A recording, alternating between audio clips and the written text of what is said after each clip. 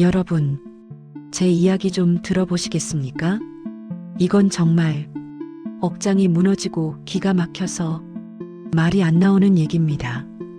혹시 살면서 자기 49제 제사상을 직접 받아보신 분 계십니까? 없으시죠? 당연히 없을 겁니다. 사람이 죽어야 받는 게 제사상이니까요. 그런데 저는 받습니다. 제 눈으로 똑똑히요. 아니, 멀쩡히 두 다리로 서 있는 제가 제 영정사진 앞에 향이 피워지는 그 기괴한 꼴을 봤단 말입니다. 지금부터 제가 하는 얘기 잘 들어주세요. 이건 돈에 미친 자식 놈이 멀쩡한 어미를 어떻게 산송장으로 만들었는지에 대한 아주 끔찍하고 피가 거꾸로 솟는 제 피눈물 나는 기록이니까요.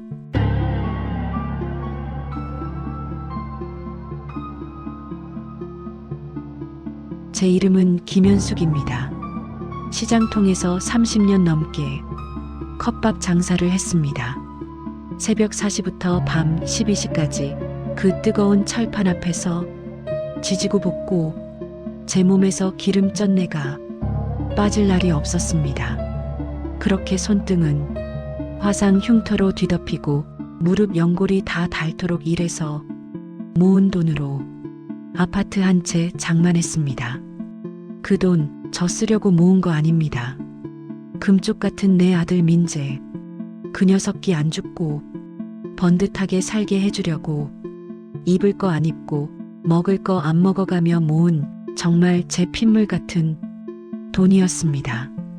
그런데 그 돈이 제 목숨줄을 끊는 칼이 될 줄 누가 알았겠습니까? 한 달 전이었습니다. 아들이 며느리랑 같이 오더니 엄마 그동안 고생만 했으니까 효도 여행을 가자고 하더군요. 공기 좋은 곳을 예약했다면서요. 평생 여행 한번 못 가본 어미 생각하는 마음이 어찌나 고맙던지 저는 장롱에서 제일 좋은 옷을 꺼내 입고 기분 좋게 따라 나섰습니다.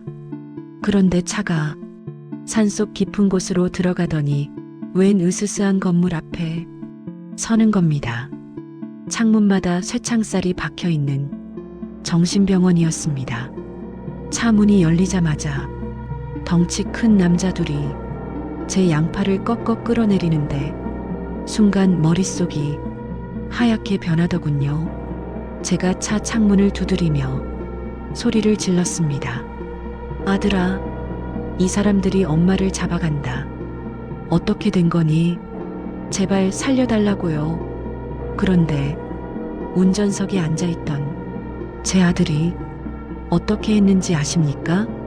그냥 스르르 창문을 올려버리더군요. 그때 저와 마주친 그 눈빛, 저는 죽어서도 그 눈을 잊지 못합니다. 그건 자식이 어미를 보는 눈이 아니었습니다. 그냥 귀찮은 쓰레기 봉투 하나를 갖다 버리는 그 차갑고 끔찍한 눈빛이었습니다. 그 눈을 보는 순간 제 심장이 덜컥 멈추는 것만 같았습니다. 그렇게 저는 이유도 없이 독방에 갇혔습니다.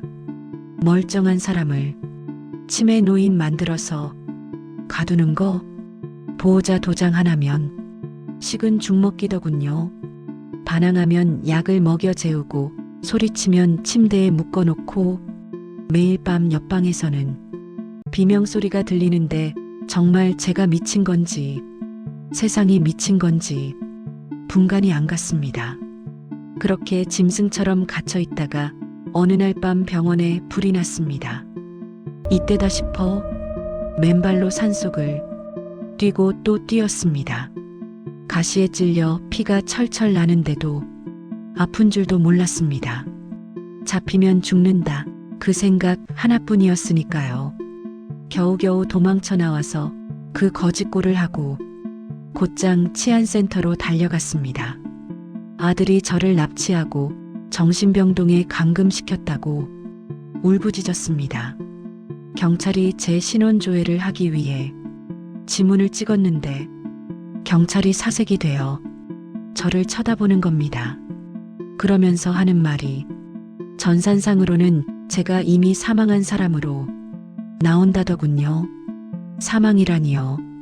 제가 이렇게 눈을 시퍼렇게 뜨고 살아있는데 죽은 사람이라니요. 내 살 좀 꼬집어봐라. 내가 살아있나 죽어있나? 악을 쓰며 대들었어요. 경찰도 어리둥절한 표정이 됐고요. 그 길로 곧장 저는 주민센터로 가서 저의 사망 진단서를 땄습니다. 정말 억장이 무너져 내렸습니다. 사인은 심정지, 사망 일자는 제가 병원에 갇힌 지 딱 일주일 되던 날, 그리고 신고인은 우리 아들 김민재의 이름이 떡하니 적혀 있었습니다. 아들놈은 저를 병원에 가두자마자 의사를 매수해서 제가 죽은 걸로 서류를 꾸미고 가짜 장례까지 치러버린 겁니다. 왜냐고요? 그래야 법적으로 문제가 없으니까요. 제가 죽어야 제 명의로 된 아파트 그 재산 18억을 꿀꺽할 수 있으니까요. 법적으로 저는 이미 이 세상 사람이 아니었습니다. 주민등록도 말소된 이름 없는 살아있는 유령. 그게 지금의 제 꼴이었습니다. 경찰에 신고하려 해도 죽은 사람이 어떻게 신고를 합니까? 오히려 아들에게 연락이 가면 저는 다시 그 지옥 같은 정신병원으로 끌려갈 게 뻔했습니다. 갈 곳도 없고 신분도 없는 처지. 결국 저는 노숙자 쉼터로 흘러들어가 찬밥을 얻어먹으며 밤마다 이를 갈았습니다. 억울해서 못 죽는다. 내 돈, 내 인생. 내가 어떻게 산 인생인데. 그러다 오늘 아침 쉼터 구석에서 신문 쪼가리를 하나 주었는데 거기에 내 아들놈이 낸 광고가 있더군요. 삼진상가 그랜드 오픈, 그리고 고 김현숙 여사 49제 추모식을 함께 연다고 말입니다. 정말 기가 차서 헛웃음만 나오더군요. 이 미친놈들이 내 49제 날에 맞춰서 저의 아파트를 판 돈으로 상가 오픈식을 연다는 겁니다. 어미 제사를 지들 돈벌이 홍보수단으로 쓰겠다는 거죠. 날짜를 세어보니 딱 49일이 남았더군요. 그 순간 제 머릿속에서 번개 같은 생각이 스쳤습니다. 그래, 민재야. 내가 그렇게 원하던 49제. 이 엄마가 직접 가주마. 가서 내 놈들이 차린 그 화려한 잔치상을 내 이 두 손으로 아주 박살을 내주마. 죽은 줄 알았던 어미가 제 발로 걸어 들어갈 때 내 놈 표정이 어떨지 벌써부터 기대가 돼서 미치겠구나. 여러분, 이건 불쌍한 할머니 신세 한탄이 아닙니다. 이건 억울하게 죽임당한 한 여자의 목숨을 건 복수극입니다. 자, 내 49제까지 남은 시간. 이제 카운트다운 시작입니다. 여러분, 저는 쉼터에서 제정신이 아니었습니다. 전 살고 싶었습니다. 그래서 미친 듯이 도움을 청했습니다. 하지만 돌아오는 대답은 대부분 보호자인 아들에게 전화를 해봐야겠다는 겁니다. 이젠 이 쉼터도 불안해지기 시작했습니다. 여기 계속 있다간 아들 손에 또 끌려갈 수 있다. 그 공포 때문에 저는 쉼터를 도망쳐 나왔습니다. 제게 남은 곳은 이제 딱 한 군데뿐이었습니다. 시장통에서 40년 넘게 친동생처럼 지낸 순자. 순자라면 내 말을 믿어줄 거다. 그 생각 하나로 달려갔습니다. 순자네 국밥집 문을 열고 들어가서 설거지하고 있는 순자의 등을 쳤습니다. 순자야. 나 연숙이야. 순자가 뒤를 돌아보더니 들고 있던 접시를 와장창 떨어뜨리더군요. 그러더니 귀신을 본 듯 놀란 표정이 되었습니다.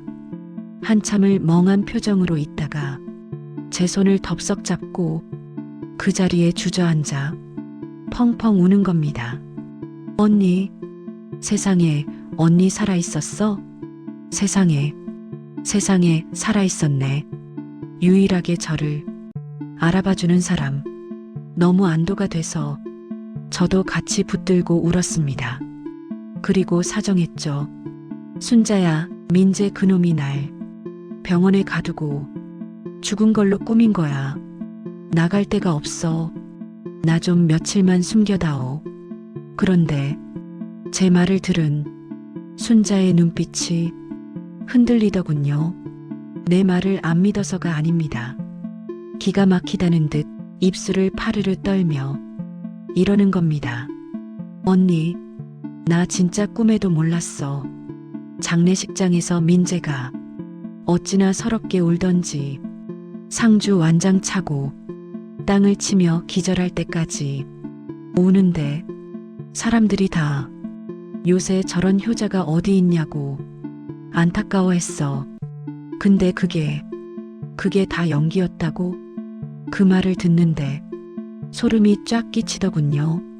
아들이 제 가짜 장례식에서 얼마나 완벽하게 효자 연기를 했으면 40년 지기 친구조차도 감쪽같이 속았겠습니까?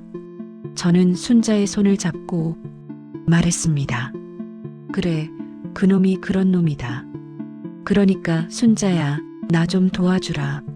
그러자 순자가 슬며시 손을 빼며 말했습니다. 언니가 살아 돌아온 거 너무 고마워. 근데 내가 지금 언니를 숨겨줄 형편이 안 돼. 알고 보니 순자의 상황도 지옥이었습니다. 아들놈은 도박 빚을 져서 구치소에 들어가 있고 빚쟁이들이 매일 가게로 들이닥친다고 하더군요. 게다가 알코올 중독인 남편은 돈 내놓으라고 매일 순자를 때리고 있었습니다.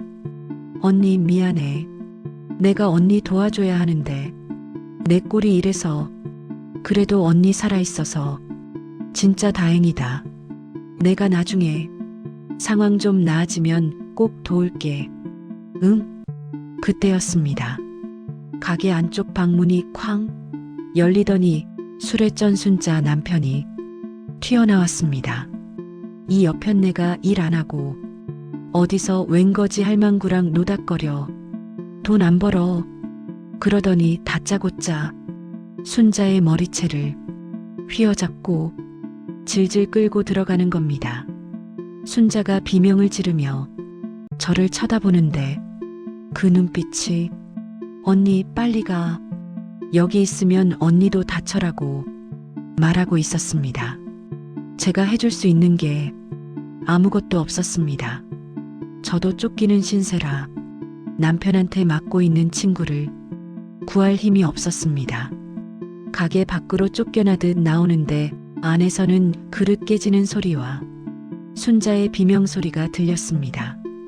그 소리를 뒤로 하고 도망치는데 가슴이 찢어지는 것 같았습니다. 골목에 주저앉아 하늘을 보며 한탄했습니다. 하늘도 무심하시지. 왜 힘없고 늙은 우리한테만 이런 지옥을 주십니까? 쉼터에서 나왔던 저는 그날 다시 쉼터로 발길을 돌릴 수밖에 없었습니다. 저는 그날 다짐하고 또 다짐했습니다. 내 친구 순자도 지옥 속을 버티며 살고 있는데 이 정도는 아무것도 아니라는 생각이 들었거든요. 내 돈, 내 집 다 찾아서 순자 전염빚도 내가 다 갚아주고 말 테야. 저는 오기가 생겼습니다. 저는 쉼터 원장에게 차비를 빌렸습니다. 저는 그 길로 강남에 있는 변호사 사무실을 돌아다녔습니다. 제 억울한 상황을 귀 기울여주는 변호사가 단 한 명은 있을 것이다 생각이 들었습니다. 그런데 그 생각은 저만의 생각이었습니다. 아무리 딱한 처치에 놓여 있더라도 사건 수임료를 낼 수 없으면 문전박대를 하기 일쑤였습니다. 무료 법률 상담 간판이 걸려 있어도 대부분 상담료가 있더라고요. 그렇게 10군데를 넘게 쫓겨나고 나니 해가 지더군요. 다리가 후들거려서 더는 못 걷겠다 싶을 때였습니다. 골목 어귀에 있는 낡은 간판 하나가 눈에 들어왔습니다. 변호사 이름 강민수. 그 이름을 보는 순간 저는 눈이 커졌습니다. 강민수? 10년 전 노량진 시장 제 컵밥집 앞에 있는 고시원에서 공부하던 304호 총각? 밥 사 먹을 돈이 없어서 제 컵밥집을 서성거리며 냄새오 허기를 채우던 그 총각. 제가 안쓰러워서 끼니 때마다 밥을 공짜로 퍼주고 김치며 반찬이며 챙겨줬던 그 청년의 이름도 강민수였는데 저는 뭔가에 홀린 듯이 그 변호사 사무실로 들어갔습니다. 문이 열려 있더군요. 안으로 들어가니 젊은 여직원이 깜짝 놀라며 막아섰습니다. 어떻게 오셨어요? 이렇게 함부로 막 들어오시면 안 돼요. 저는 그 여직원에게 사정했습니다. 강민수 변호사님도 만나게 해달라고요. 그때였습니다. 사무실 안쪽에서 누군가가 걸어 나왔습니다. 말끔한 양복에 살이 좀 찐 얼굴이 되어 있었지만 눈빛만은 예전 그대로였던 그 총각. 강민수 변호사였습니다. 그는 저를 보더니 잠시 멈칫하더군요. 제 몰골이 워낙 흉하니 바로 못 알아보는 것 같았습니다. 직원이 저를 쫓아내려고 밀치자 저도 모르게 소리쳤습니다. 민수 학생, 밥은 먹고 다녀. 그 한마디에 강 변호사의 눈이 커지더군요. 그는 떨리는 손으로 안경을 고쳤으며 제 앞으로 다가왔습니다. 그리고 제 거친 손을 덥석 잡는데 그 손이 불덩이처럼 뜨거웠습니다. 그가 목이 메어서 한참을 말을 못하더군요. 그러다 털썩 제 앞에 무릎을 꿇으며 이렇게 말했습니다. 이모님? 세상에, 이모님 살아계셨어요? 여러분, 자식놈은 저를 죽은 사람으로 만들어버렸는데 남이나 다름없는 이 청년은 날 보자마자 살아있어서 고맙다고 우네요. 그때 알았습니다. 하늘이 나보고 죽지 말라고, 아직은 때가 아니라고 이 사람을 보내주셨구나 하고요. 이제 제 반격이 시작될 차례입니다. 여러분, 강 변호사를 만나고 나서 제가 제일 먼저 한 게 뭔지 아십니까? 거창한 작전 회의가 아니었습니다. 바로 김이 모락모락 나는 따뜻한 국밥 한 그릇을 먹는 거였습니다. 강 변호사가 제 손을 꼭 잡고 국밥집으로 데려가더군요. 그 뜨끈한 국물을 한 숟가락 뜨는데 숟가락을 쥔 제 손이 덜덜 떨렸습니다. 그동안 겪은 서러움이 목구멍에 메어서 넘어가지 않았거든요. 강 변호사는 제 밥 위에 깍두기를 얹어주며 든든하게 드시라고, 자기가 변호사니까 법대로 하면 아들과 며느리년을 꼼짝 못하게 할 수 있다고 저를 안심시켜 주었습니다. 그 말을 들으니 천군만마를 얻은 것 같았습니다. 그래, 변호사가 내 편인데 뭐가 무섭냐. 이제 다 해결됐다. 그렇게 생각했죠. 밥을 든든히 먹고 우리는 사무실로 돌아와서 일을 시작했습니다. 강 변호사는 일단 돈의 흐름을 잡아야 한다며 아주 능숙하게 여기저기 전화를 돌리기 시작했습니다. 은행 본점부터 시작해서 금감원, 구청까지. 역시 변호사는 다르더군요. 법 조항을 들이대며 따지는데 아주 듬직했습니다. 그런데 시간이 지날수록 강 변호사의 표정이 점점 굳어지더군요. 통화는 길어지고 한숨소리가 늘어갔습니다. 전화를 끄는 강 변호사가 넥타이를 거칠게 풀어헤치며 난감한 표정으로 제게 설명하더군요. 역시나 은행에서 비협조적으로 나온다고요. 제가 법적으로 사망자 신분이라 본인 확인이 안 돼서 계좌 열람이 아예 불가능하다는 겁니다. 가족관계 증명서상 상속인인 아들놈의 동의 없이는 제 계좌를 열어볼 수 없다고 했습니다. 평생을 모은 저의 전 재산이 아들놈한테 넘어갔는지 증여가 되었는지 남아있기라도 한 건지 알 길이 없었습니다. 눈앞이 캄캄했습니다. 결국 죽은 사람이라는 꼬리표가 또 발목을 잡는구나. 법은 산 사람 편이 아니라 서류 편이구나 싶어 절망스러웠습니다. 제가 고개를 푹 숙이고 있는데 강 변호사가 뭔가를 골똘히 생각하더니 제게 묻더군요. 은행 전사는 막혔지만 다른 방법이 있을 수도 있다면서요. 요즘은 은행 거래 내역이나 계약서 같은 게 다 문자로 오거나 메일로 오니까 혹시 제가 쓰던 이메일 같은 게 있냐고 물었습니다. 저는 고개를 저었습니다. 평생 밥장사만 한 컴맹이 이메일이 뭔지 어떻게 알겠어요. 그러자 강 변호사가 다시 묻더군요. 그럼 아드님이 제 휴대폰으로 대신 뭘 가입해 둔 건 없냐고요. 요즘 스마트폰 쓰려면 계정 하나쯤은 있어야 한다면서요. 그 말을 듣는 순간 제 머릿속을 스치는 기억이 하나 있었습니다. 그러고 보니 몇 년 전에 아들놈이 저를 컴퓨터 앞에 앉혀놓고 뭘 만들긴 했거든요. 귀찮다는 듯이 짜증을 내면서 이거 중요한 거니까 까먹지 말라고 나중에 보험이나 서류 같은 거 다 여기로 온다고 억지로 외우게 시켰던 기억이 났습니다. 그게 저의 동아줄이 될 줄은 미처 몰랐죠. 제가 더듬더듬 기억을 끄집어내서 아이디를 불러줬습니다. 강 변호사가 눈을 반짝이며 비밀번호를 묻더군요. 저는 희미한 기억을 짜내 비밀번호를 알려줬습니다. 맘 1100이, 맘은 엄마고 1100이는 내 생일이라면서 그 당시 그놈이 했던 얘기가 떠올랐습니다. 강 변호사가 엔터키를 누르는 순간 딸깍 소리와 함께 화면이 바뀌었습니다. 그리고 화면 가득 쏟아지는 메일들을 보는 순간 제 심장이 쿵 하고 내려앉았습니다. 아들이 엄마를 위한다며 만들어준 그 메일함은 알고 보니 놈의 범죄 창고였습니다. 수북하게 쌓여있는 상가 분양 계약서와 제2금융권 대출 승인서들, 강 변호사는 가장 최근에 도착한 상가 매매 계약서를 열어봤습니다. 그런데 숫자를 보니 이상하더군요.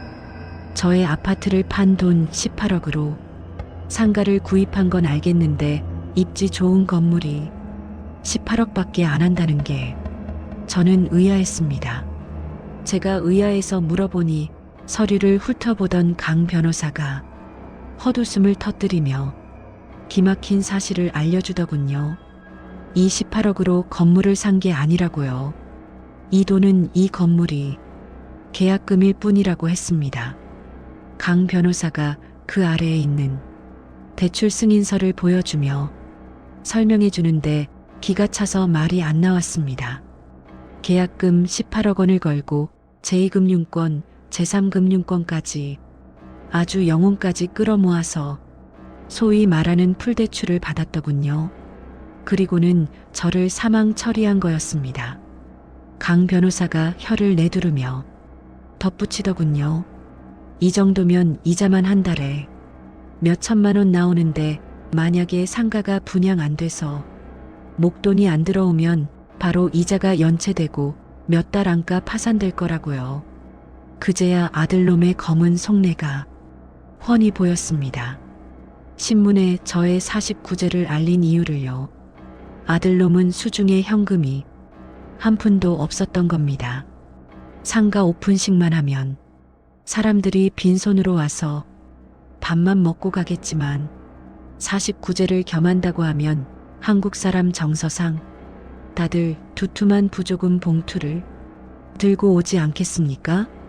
아들놈은 저의 49제에 들어올 조의금 그 현찰을 싹 긁어 모아서 당장 코앞에 닥친 대출 이자를 막으려고 했던 겁니다. 어쩌다 우리 아들이 이렇게까지 밑으로 떨어졌는지 저는 가슴이 찢어졌습니다. 그리고 아들의 파렴치함에 분노했습니다. 저는 강 변호사에게 말했습니다. 제 목표는 제 재산을 되찾는 것이 아니라 아들놈 잔칫날을 제삿날로 만들어주는 거라고요. 며느리 그 썩을 년이 옆에서 부추기거나 이 일에 한몫 단단히 하고 있을 텐데 저는 그것들을 용서할 수 없었습니다. 다음 날이었어요. 강 변호사는 증거 찾느라 바쁘고 사무실에 멍하니 짐처럼 앉아있자니 눈치가 보여서 나왔습니다. 배는 고픈데 주머니 사정은 뻔하고 결국 염치불구하고 모자를 푹 눌러 쓴 채 종교시설에서 운영하는 무료 급식소로 향했죠. 그런데 그날따라 거기가 아주 난리통이더라고요.